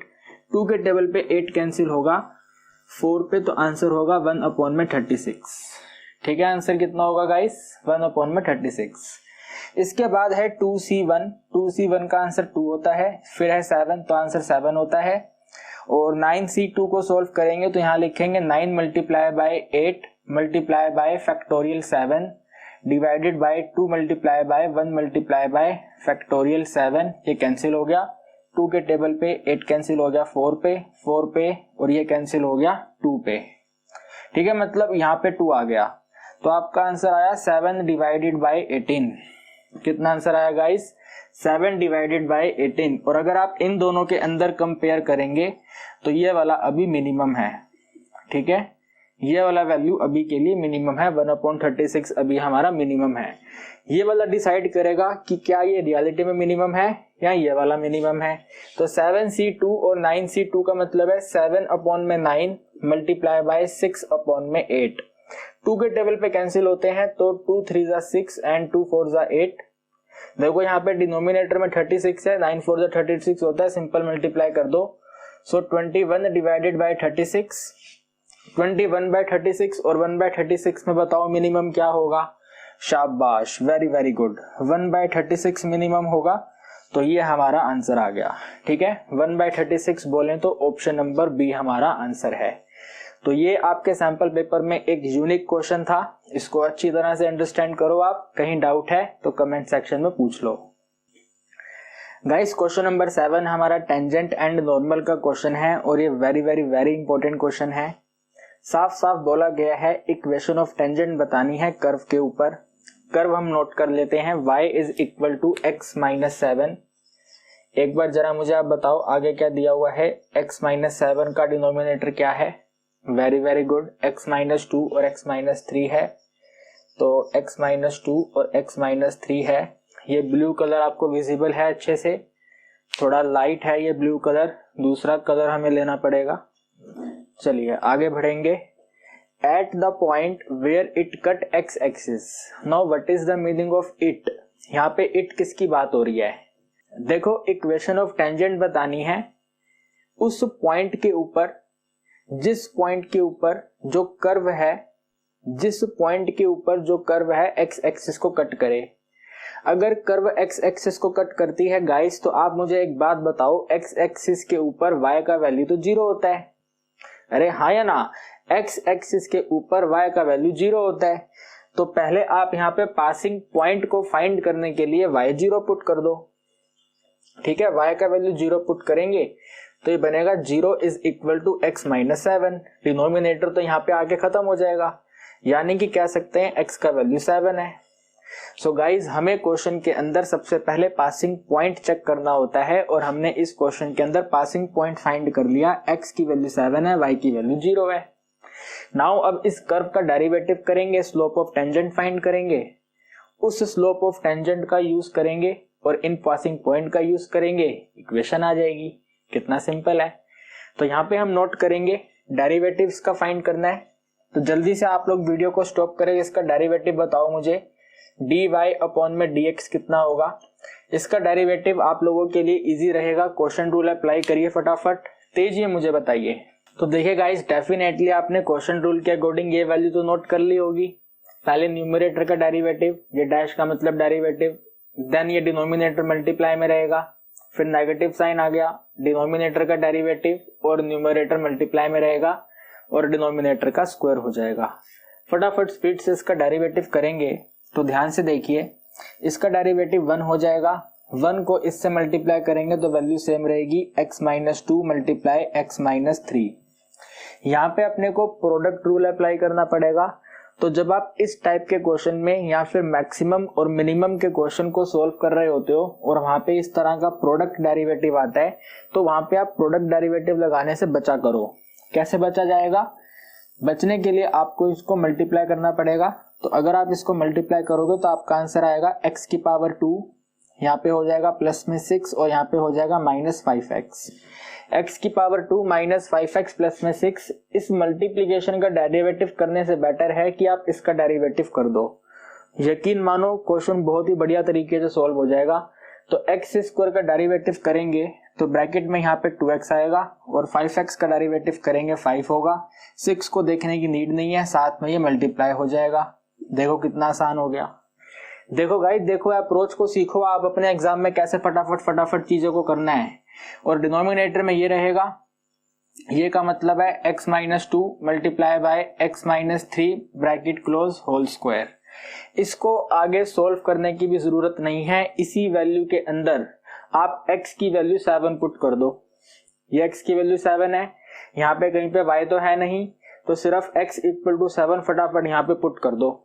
यहाँ मैं लिख देता हूं भाई, हम यहाँ पे फाइंड करेंगे m का मतलब है स्लोप ऑफ टेंजेंट, और m जो होता है वो यहाँ पे 7 पुट करने के बाद बनता है। तो देखो अगर आप यहाँ पे 7 पुट करोगे तो ये वाला 7 माइनस 7 0 हो जाएगा। 0 को यहाँ मल्टीप्लाई करने की नीड ही नहीं है, तो वहां पे वैल्यू पुट करने की भी जरूरत नहीं है। यहाँ पे वैल्यू पुट करो। जब आप यहाँ पे वैल्यू पुट करोगे तो 7 में से 2 माइनस करेंगे तो 5, 7 में 3 माइनस करेंगे तो 4, डिवाइडेड बाय यहाँ पे भी सेम रहेगा, तो ये आ जाएगा 5, क्योंकि स्क्वायर है तो 2 बार आएगा, तो 5 मल्टीप्लाई 5 और 4 मल्टीप्लाई 4।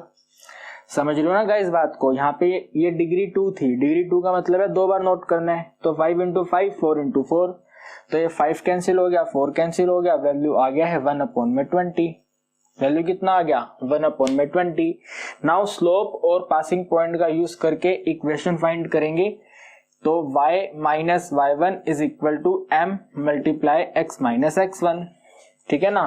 ये लिखेंगे y माइनस y1 का वैल्यू 0 है, स्लोप का वैल्यू 1 अपॉन में 20 है, x माइनस x1 का वैल्यू 7 है।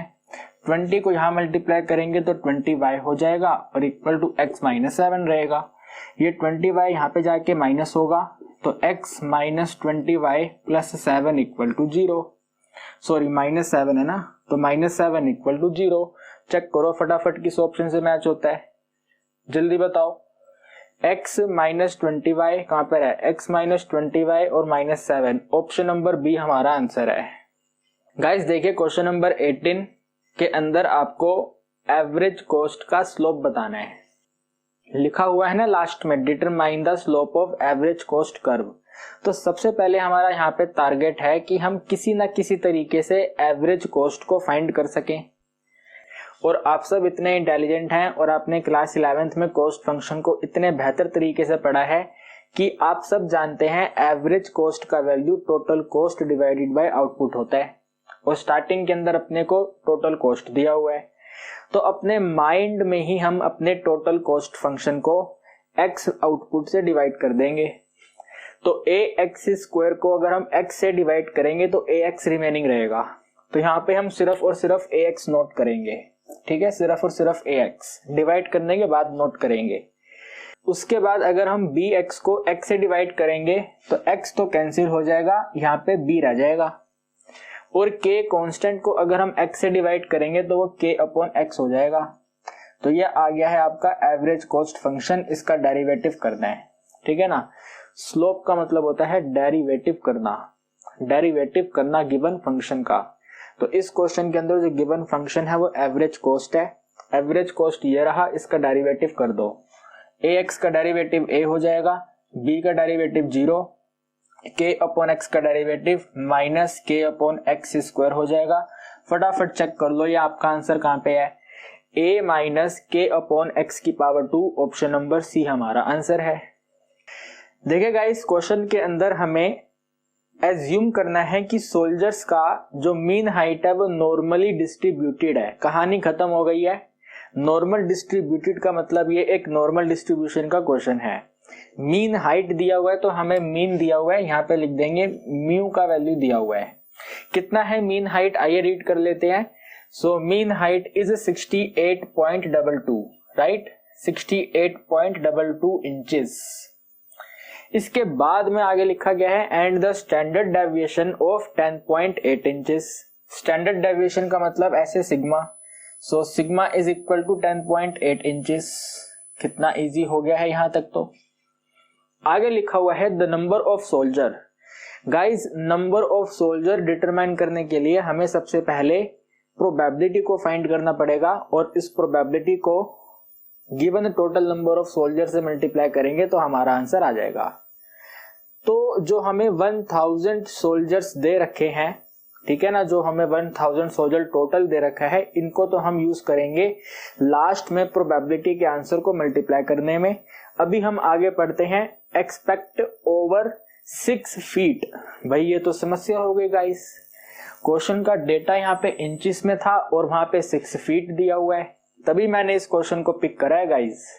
देखो क्या लिखा हुआ है कि आप 1000 सोल्जर में से ऐसे नंबर ऑफ सोल्जर बताइए जिनकी हाइट 6 फीट से ज्यादा है, ठीक है। एक्सपेक्ट टू ओवर 6 फीट यानी कि 6 फीट से ज्यादा है, 6 फीट से ज्यादा है। तो पहले तो हम यहाँ पे अपने 6 फीट को कन्वर्ट करेंगे जेड स्कोर में। यहाँ पे मैं लिख देता हूं कैपिटल एक्स अपने को दिया हुआ है 6 फीट, और 6 फीट को अगर आप मल्टीप्लाई कर देंगे 12 से, 6 मल्टीप्लाई बाय 12 तो आपका वैल्यू इंचेस हो जाएगा, तो 72 इंचेस। अब इस क्वेश्चन को करने में कोई दिक्कत नहीं है।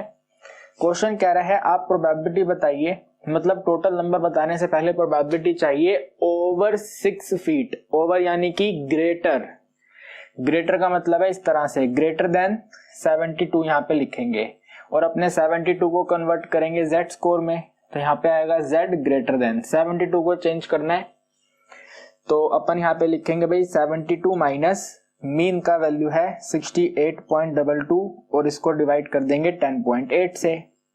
फटाफट स्पीड से गाइज माइनस करके बताओ, फटाफट एकदम फुर्तीली स्पीड से माइनस करो।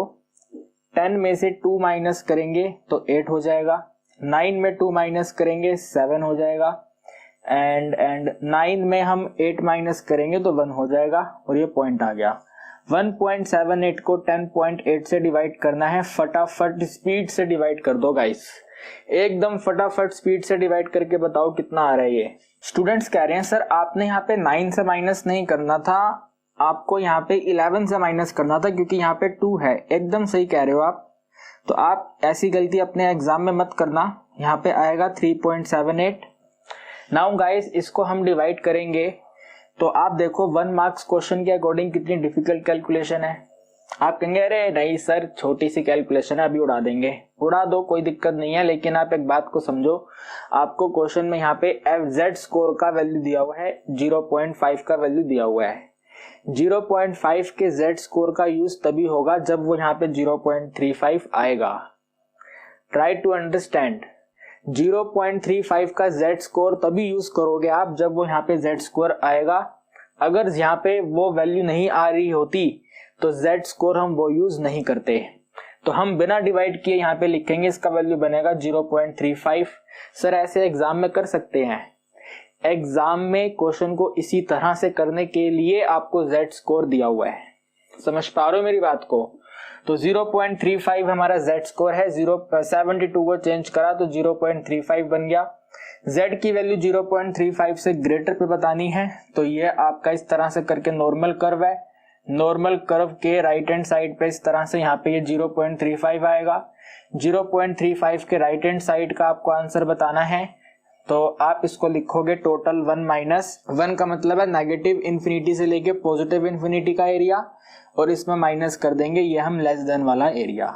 ठीक है, इसमें से माइनस करेंगे लेस देन वाला एरिया, तो 1 minus probability Z less than 0.35, और 1 माइनस ये जो लेस देन वाली प्रोबेबिलिटी है ये Z स्कोर में 0.35 पर ही चेक करी जाएगी, जो आपको क्वेश्चन में दी हुई है। कितनी है ये?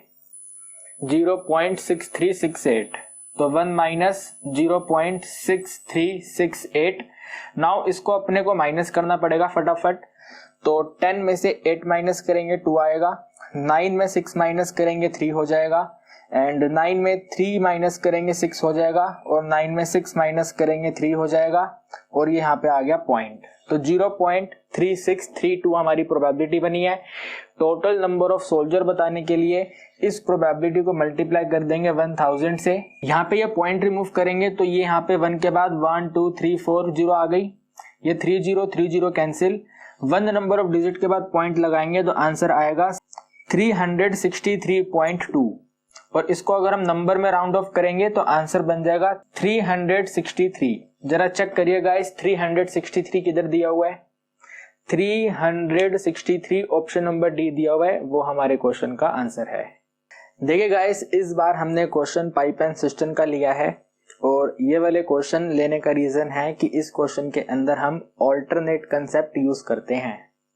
अगर आपने मेरा पाइप एंड सिस्टम का वीडियो देखा है तो डेफिनेटली आपको पता होगा पाइप एंड सिस्टम के अंदर ऑल्टरनेट कंसेप्ट क्या होता है। तो जिनको नहीं पता उनको मैं अभी सिखाता हूँ। 2 pipe A and B can fill the tank in 5 hours and 4 hours। आपको टैंक को फिल करने के लिए पाइप्स का टाइम दिया हुआ है, तो हम इसके अंदर एलसीएम मेथड का यूज करेंगे। ठीक है जी, हम इसके अंदर एलसीएम मेथड का यूज करेंगे। ये पाइप A है और ये पाइप B है। पाइप A और B जो है दोनों के दोनों 5 hours and 4 hours में अपना अपना काम कंप्लीट करते हैं। इन दोनों का अगर एलसीएम लिया जाएगा तो बन जाएगा 20, 5 into 4 is 20, और साथ में हमने वेरिएबल ले लिया x। तो 20x जो है वो हमारे टैंक का कैपेसिटी है। 20x को 5 hours से डिवाइड करेंगे तो यहाँ पे 4 आ जाएगा। 20x को अगर हम 4 से डिवाइड करेंगे तो यहाँ पे 5 आ जाएगा। ठीक है गाइस, आप यहाँ पे लिख दो, ये 4x हो जाएगा और ये 5x हो जाएगा। तो ये 4x और जो 5x है ये इनका एफिशिएंसी है। आगे क्वेश्चन में लिखा हुआ है if they open all alternate hour. Alternate hour का मतलब है पहले A आएगा, लिखे ना, पहले A ओपन फर्स्ट। पहले 1 घंटे A काम करेगा, फिर B काम करेगा, फिर A आएगा, फिर B आएगा, फिर A आएगा, फिर B आएगा, इस तरह से ये काम होगा। तो time taken to fill the tank अपने को बताना है। तो यहाँ पे देखो, ध्यान से डायग्राम को समझना आप। ठीक है, पहले A आया। A कितने देर के लिए आया? 1 hour के लिए आया, और A ने 1 hour में कितना काम कर दिया? 4x काम कर दिया। A ने स्टार्ट करा, A 1 hour आया, 4x का काम कर दिया। इसके अगले आवर में B आया होगा, B भी 1 hour के लिए आया होगा, और B ने टोटल 5x वर्क करा होगा। अब इसके बाद दोबारा A आएगा और दोबारा B आएगा। तो हम बस यहाँ पे स्टॉप कर देंगे और यहाँ पे चेक करेंगे, भाई अभी तक ये A और B आ चुके हैं। A और B ने 2 hour काम किया है और टोटल 9x का काम हो चुका है। ठीक है ना, टोटल 9x का वर्क हो चुका है। अपने को टोटल 20x का वर्क करवाना है और अभी तक 9x का वर्क हुआ है।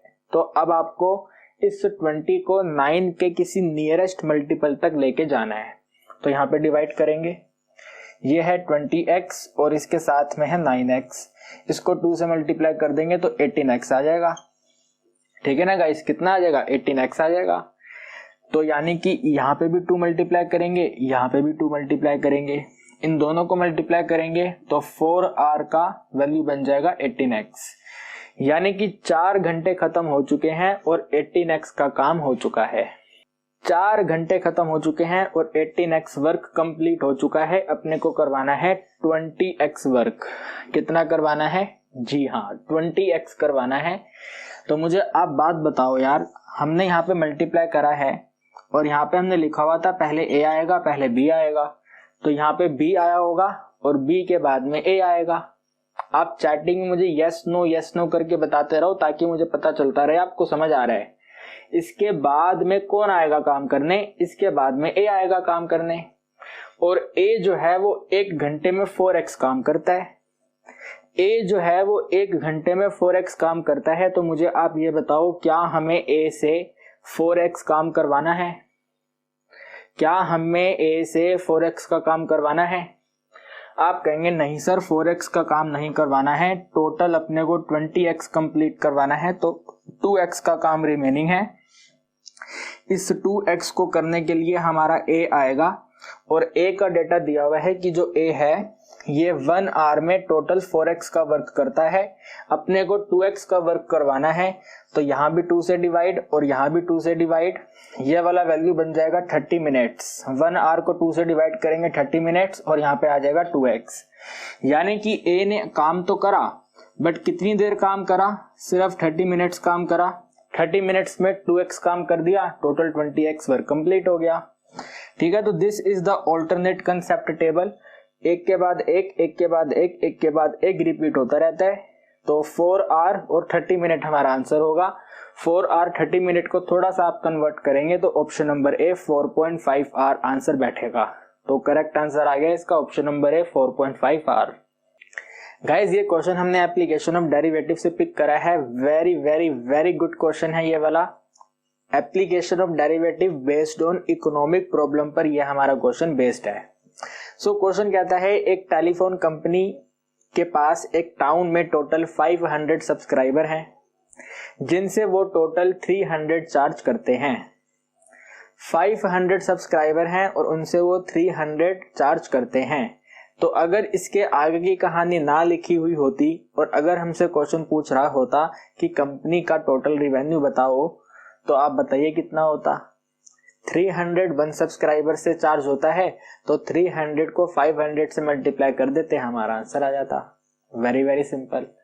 बट इन्होंने आगे बोला हुआ है कि जो कंपनी है वो प्रपोज करती है कि हम अपना एनुअल सब्सक्रिप्शन इंक्रीज कर देंगे। सर एनुअल सब्सक्रिप्शन इंक्रीज कर देंगे मतलब पहले 300 ले रही थी, अब वो 300 को इंक्रीज करना चाहती है। तो आगे पढ़ते हैं, इंक्रीज करने से क्या होगा। ये इनका विश्वास है कि अगर हम 1 रुपीज इंक्रीज करेंगे तो 1 सब्सक्राइबर डिसकंटिन्यू हो जाएगा। 1 रुपीज इंक्रीज करने से 1 नंबर ऑफ सब्सक्राइबर डिसकंटिन्यू हो जाएगा। तो आप बताइए कंपनी को कितना इंक्रीज करना चाहिए सो दैट इनका रिवेन्यू मैक्सिमम रहे। तो गाइज हम मान लेते हैं कि कंपनी को x रुपीज इंक्रीज करना चाहिए। ठीक है, कंपनी को x रुपीज इंक्रीज करना चाहिए। तो स्टेटमेंट इस तरह से आएगी इसकी, let the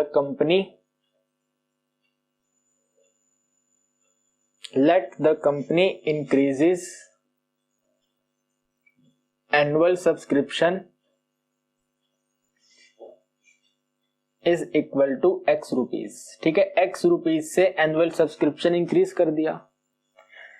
नाउ गाइस आप मुझे एक बात बताओ, हमने जो सबसे स्टार्टिंग में टोटल रेवेन्यू फाइंड किया था वो कैसे फाइंड किया था?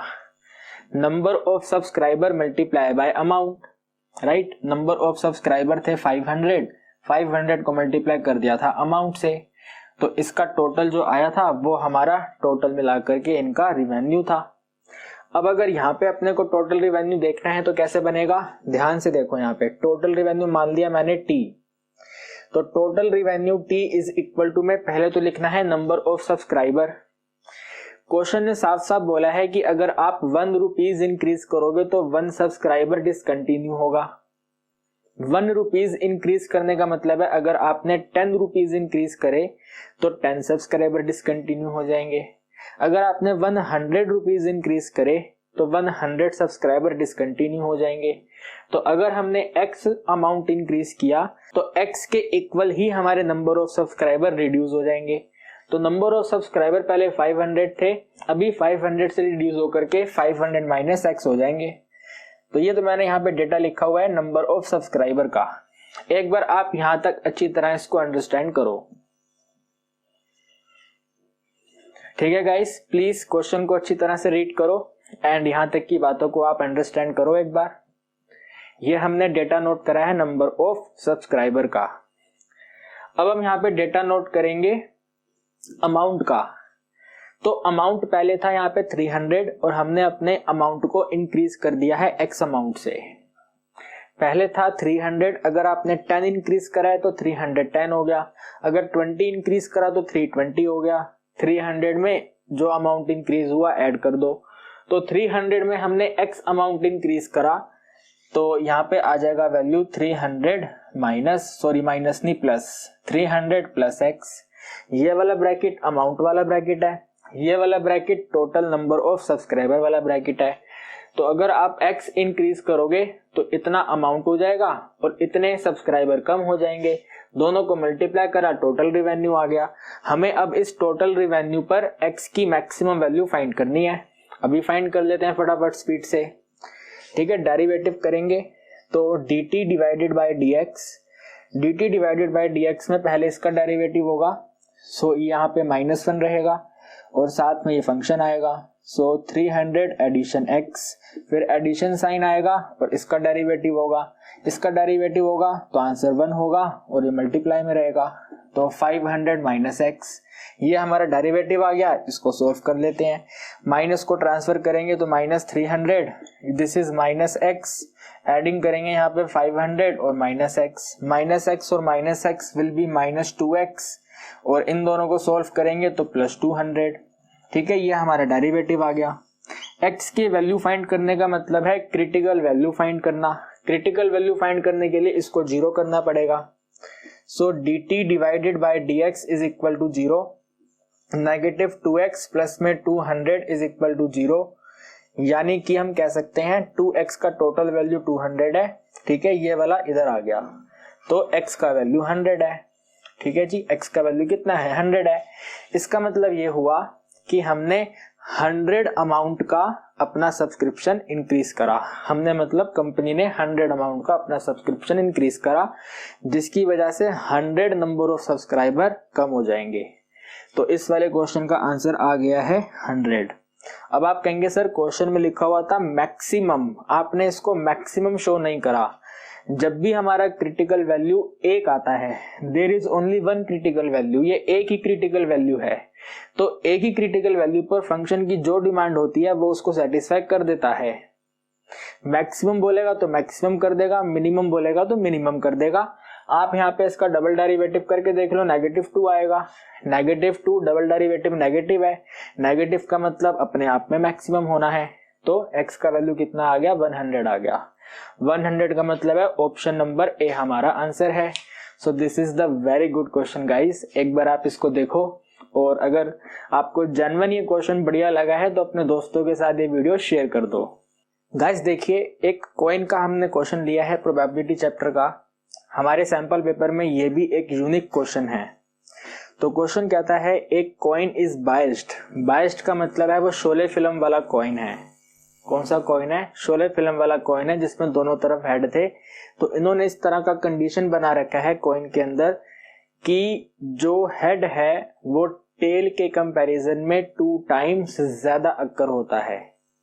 जो हेड है वो टेल के कंपैरिजन में 2 टाइम्स ज्यादा अक्कर होता है। सो सत्यम कुमार, तुम इस क्वेश्चन को ध्यान से देखो, this is very very very important question, right. तो क्वेश्चन कह रहा था कि जो हेड का प्रोबेबिलिटी है वो टेल के कंपैरिजन में 2x है। तो यार आप एक काम करो ना गाइस, क्यों टेंशन ले रहे हो। टेल प्रोबेबिलिटी आप यहाँ पे लेट कर लो, टेल प्रोबेबिलिटी मान लो यहाँ पे x है और हेड प्रोबेबिलिटी आपके पास आ जाएगी 2x। और आपको तो पता है टोटल प्रोबेबिलिटी का वैल्यू 1 होता है, यानी कि x में 2x ऐड करेंगे तो आंसर 1 होगा। 3x का आंसर भी 1 होगा, यानी कि x का वैल्यू 1/3 होगा। ठीक है, टेल प्रोबेबिलिटी का वैल्यू 1/3 होगा और हेड प्रोबेबिलिटी का वैल्यू 2/3 होगा। आगे क्वेश्चन कहता है if the coin is tossed twice. हमने कॉइन को 2 बार टॉस किया है और अपने को बताना है नंबर ऑफ टेल का प्रोबेबिलिटी डिस्ट्रीब्यूशन बनाते हुए मीन क्या होगा। गाइस अपने को मीन डिटरमाइन करना है और आपको ये पता है कि ये एक बाइनोमियल डिस्ट्रीब्यूशन का क्वेश्चन है। हर एक्सपेरिमेंट पर, हर ट्रायल पर सक्सेस और फेलियर का प्रोबेबिलिटी सेम रहने वाला है, तो ये एक बाइनोमियल डिस्ट्रीब्यूशन है और बाइनोमियल डिस्ट्रीब्यूशन का मीन होता है n मल्टीप्लाई बाय p। यहाँ पे n है नंबर ऑफ ट्रायल्स, तो आपने 2 ट्रायल्स करे हैं, आपने 2 नंबर ऑफ कॉइन को पिक किया है। p का मतलब है प्रोबेबिलिटी ऑफ सक्सेस, हमें डिस्ट्रीब्यूशन नंबर ऑफ टेल का बनाना है, तो सक्सेस हमारा टेल का प्रोबेबिलिटी है। टेल का प्रोबेबिलिटी 1/3 हमने फाइंड करा है, तो 2 को 1/3 से मल्टीप्लाई करेंगे, 2/3 हमारा आंसर हो जाएगा। ठीक है ना गाइस, 2/3 हमारा आंसर हो जाएगा। कितना सिंपल है ये तो गाइस। गाइस देखिए ये क्वेश्चन आपको 100% लगेगा कि मॉड्यूलो अरिथमेटिक का क्वेश्चन है, एंड इस टाइप के क्वेश्चन आपको करने की जरूरत बिल्कुल भी नहीं है। सर क्यों नहीं है?